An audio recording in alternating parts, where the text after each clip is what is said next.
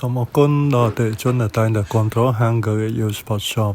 បងប្អូនចង់ទិញសម្ភារៈពេញប៉ុងដែលមានគុណភាពល្អសូមអញ្ជើញមកកាន់ហាង Garage Yo Sport Shop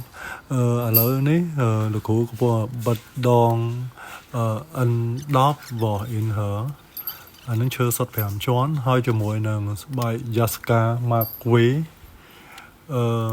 ឈុតនេះគឺសម្រាប់យើងកម្រិតដំបងដល់កម្រិតមធ្យមឈើសុទ្ធ5ជាន់ហ្នឹងវាលោតល្មមទេអត់សូវលោតខ្លាំងទេ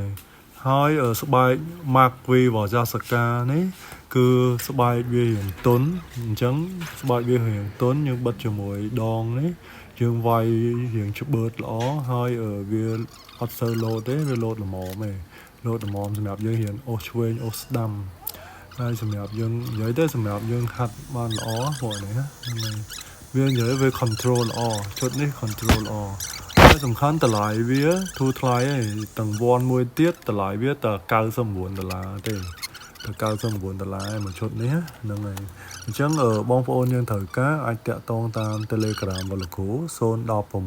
36 887ឬក៏បងប្អូនអាចអញ្ជើញមកហាងមើលក៏បានដែរបាទយើងនៅហាងមានច្រើនផ្ទះ 38C ផ្លូវ188ចិត្ត Stop Depot ឬក៏ខាងជើងម៉ុងតាយ៉ារាប់ពីផ្លូវម៉ុងតាយ៉ាមកផ្លូវទី3បត់ស្ដាំនៅផ្ទះទី3ណាហ្នឹងហើយអរគុណច្រើនបងប្អូន